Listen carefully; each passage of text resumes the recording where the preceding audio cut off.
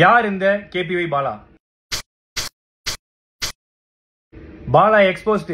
பாலா வந்து ஒரு சர்வதேச கைக்கூலி. இவன் ஒரு ஸ்கேமு. இவன் மாட்டோன்னு நினைச்சா வாங்கடா அடிக்கலாம். இந்த வண்டி தான் அண்ணன் கேபிஒய் பாலா எனக்கு வாங்கி கொடுத்தது. இதை வந்து நிறைய பேர் என்ன சொல்றீங்க, வண்டி வந்து வாங்கி கொடுக்கல, பொய்யானது, நம்பர் பிளேட்லாம் மறைச்சிருக்காங்க அந்த மாதிரி சொல்றீங்க. இது வண்டி ஜெப்ட் நான் தான் ஓட்டுறேன். அண்ணன் எனக்கு வாங்கி கொடுத்த வண்டி தான். எவ்வளோ வன்மம் இல்ல. சரி ஓகே, நானும் வந்து இந்த 2 நாளா சரி ஓகே இது இப்போ முடியும் அப்போ முடியும்னு பார்த்துட்டு இருந்தேன். ஒரே ஒரு படம் பண்ணேன். அந்த படத்துக்கு அப்புறம் இவ்வளோ வந்து ஏதாவது ஒன்று பண்ணுவாங்கன்னு எனக்கு சத்தியமா தெரியாது. ஒரு சின்ன கான்ட்ரவர்சி ஒன்று போயிட்டு இருக்கு இந்த ஆம்புலன்ஸ் ரிலேட்டடா. ஆம்புலன்ஸ் பார்த்தீங்கன்னா கொடுக்குறப்ப இல்லை டிடி அப்படின்னு சொல்லி மென்ஷன் ஆயிருக்கும். அது வந்து நாங்கள் கொடுத்த அடுத்த நாளே எங்களுக்கு தெரிய வந்துருச்சு அது வந்து டி மட்டும்தான். அன்னைக்கு பண்ண பெயிண்டிங் ரீஒர்க்னால வந்து டின்னு எக்ஸஸாக ஒன்று ஆட் ஆயிட்டுன்னு சொல்லிட்டு எஃப்சி முடிஞ்சதுனால இது நம்ம கேரேஜில் போட்டோம். அதுக்கு ரீப்ளேஸ்மெண்ட்டாக ஆம்புலன்ஸ் நம்ம கொடுத்து அது பயன்பாட்டில் இருந்துட்டு தான் இருக்கு மக்களுக்கு. அதில் எந்த விதமான பிரச்சனையும் எதுவுமே கிடையாது. ஸோ இந்த ஆம்புலன்ஸ்னால எவ்வளோ குழந்தைங்க பிறந்தாங்க, எவ்வளோ பேர் உபயோகம் அடைஞ்சாங்க, எவ்வளோ உதவி பண்ணுச்சுங்கிறத பற்றி யாருமே பேசவே இல்லை. இந்த ஆம்புலன்ஸ் வந்து ஒரு நம்பர் பிளேட், ஒரு டி பிரச்சனை, சின்ன டி. அந்த டி பிரச்சனையை வச்சுக்கிட்டு எவ்வளோ பண்றாங்க. இந்த ஆம்புலன்ஸ் மூலியமாவும் இந்த எத்தனை ஊருக்கு தண்ணி இல்லாத ஊருக்கு தண்ணி கிடைச்சி அந்த ஊர் மக்கள் வாழ்ந்துட்டு இருக்காங்க. எவ்வளவு ஆட்டோ டிரைவர்ஸ் இருக்காங்க. அது மட்டும் இல்லாம இந்த ஆம்புலன்ஸ் எவ்வளவு பேர் பொழைச்சிருக்காங்க இந்த ஆம்புலன்ஸ் சர்வீஸ்ல. அது இல்லாம எவ்வளவு பசங்க வந்து படிக்கிறாங்க. இதெல்லாம் சொல்லக்கூடாது. அதெல்லாம் யாரும் நம்ம வந்து நல்ல பண்ற விஷயங்களை, பாசிட்டிவான விஷயங்கள் எதுவுமே போடுறது இல்ல. ஏதோ ஒரு சின்ன டி ஸ்டிக்கர் பிரச்சனை, அதை வச்சுக்கு நீ எக்ஸ்போஸ்ட் முகத்திரை கிழிஞ்சது, அதுலயும் ஒருத்தர் போட்டிருக்காரு சர்வதேச கைக்கூலியா. ஐயா நான் தினக்கூலி, அது கூட பரவாயில்ல. இந்த ஹாஸ்பிட்டல் வந்து இவன் கட்டுறான், எப்படி இவனுக்கு உள்ள காசு?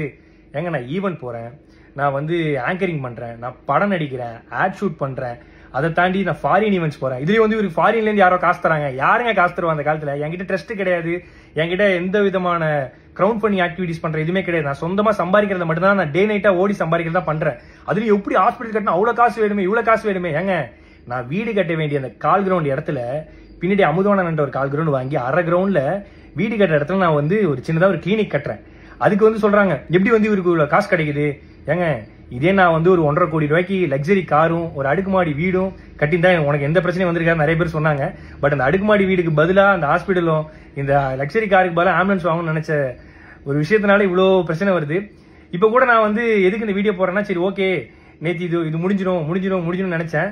பட் இல்ல, இது வந்து முடிகிற மாதிரியே இல்ல. சோ அதனாலதான் வந்து ஏன்னா நம்மளுடைய பேரை வந்து மக்கள் கிட்ட கலங்கடிக்கணுங்கிற ஒரு விஷயத்துக்காக இவ்வளவு விஷயங்கள் நடந்துட்டு இருக்கு. பரவாயில்ல. இப்ப நான் ஏன் வீடியோ போட்டேன்னா, இதை பார்த்து நிறைய மக்கள் வந்து நிறைய பசங்க வந்து ஐயோ இப்படிலாம் பண்ண இவ்வளவு பிரச்சனை இருக்குன்னு சொல்லிட்டு பின்வாங்கிடக்கூடாது. கடைசி வரைக்கும் அவங்களால முடிஞ்சது. ஏன்னா நம்மளை பார்த்து நிறைய பேர் பண்ணிட்டு இருக்காங்க. உண்மையா வண்டி ரெஜிஸ்ட்ரேஷன் பண்ண புக்கு எல்லாமே இதெல்லாம் இருக்கு. அதுலயும் வந்து வீடியோ எடுத்து யூடியூப்ல போட்டு சம்பாதிக்கிறான். நான் வீடியோ எடுத்து இன்ஸ்டாகிராம்ல தான் போடுறேன். இன்ஸ்டாகிராம்ல போட்ட காசு கிடையாது. யூடியூப் சேனல் வச்சிருந்தா தான் காசு. என் யூடியூப் சேனல் கிடையாது. ஆனா என்னை பத்தி தப்பா பேசி யூடியூப்ல போட்டுதான் ஒரு சிலர் காசு சம்பாதிச்சிட்டு இருக்காங்க சமீபமா. சோ நான் என்ன சொல்றதுன்னு தெரியல. பாத்துக்கலாம்.